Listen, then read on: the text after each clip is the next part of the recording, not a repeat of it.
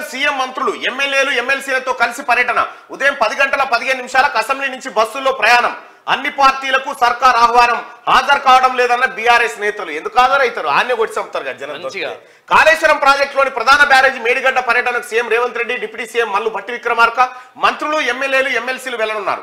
మంగళవారం ఉదయం 10 గంటలకు అసెంబ్లీ సమావేశాలు ప్రారంభమైన తర్వాత సభ వాయిదా పడుతుంది. అనంతరం 10:15 ప్రత్యేక బస్సుల్లో అసెంబ్లీ నుంచి బయలుదేరుతారు. భువనగిరి, జనగామ, హనుమకొండ మీదుగా జయశంకర్ భూపాలపల్లి జిల్లా అంబట్పల్లిలోని మేడిగడ్డ బ్యారేజీకి మధ్యాహ్నం 3 గంటలకు చేరుకుంటారు. మేడిగడ్డలో దెబ్బతిన్న 7వ బ్లాక్ లోని పిల్లలతో పాటు మొత్తం బ్యారేజీని పరిశీలించబోతా ఉన్నారు. ఇక్కడి నుంచే పోతా ఉన్నారు.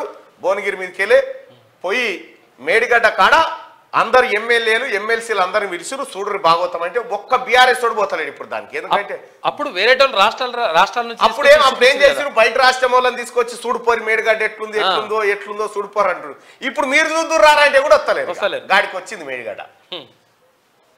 సర్కార్ అన్ని అబద్ధాలే. మేము చెలో నల్గొండ పిలుపునిచ్చాకే అసెంబ్లీలో తీర్మానం పెట్టిండ్రు.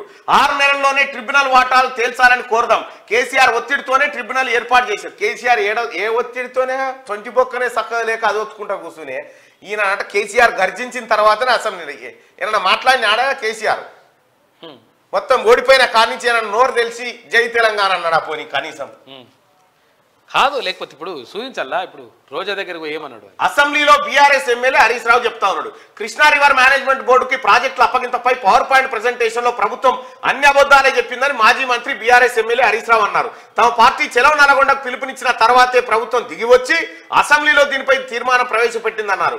కేఆర్ఎంబీకి శ్రీశైలం, నాగార్జున సాగర్ ప్రాజెక్టుల అప్పగింత ఈ అంశంపై ప్రస్తుత ప్రభుత్వాల నిర్ణయాలపై ఇరిగేషన్ శాఖ మంత్రి ఉత్తమ్ కుమార్ రెడ్డి సోమవారం అసెంబ్లీలో ఇచ్చిన పవర్ పాయింట్ ప్రెజెంటేషన్ పై హరీష్ రావు మాట్లాడారు. తాము కూడా ప్రెజెంటేషన్ ఇస్తామంటే ఛాన్స్ ఇవ్వలేదని.